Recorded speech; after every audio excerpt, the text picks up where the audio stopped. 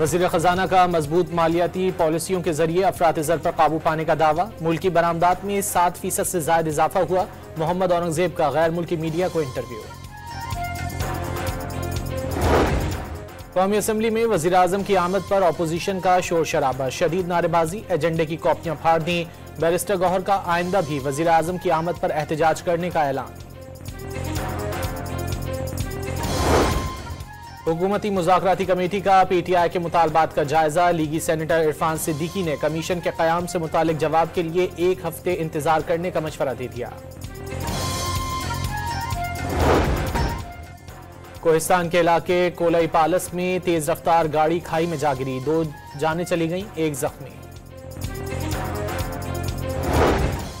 और मुल्तान के हुसैन आगाही बाजार की दुकान में आग लग गई, कई करीबी दुकानें भी लपेट में आ गईं।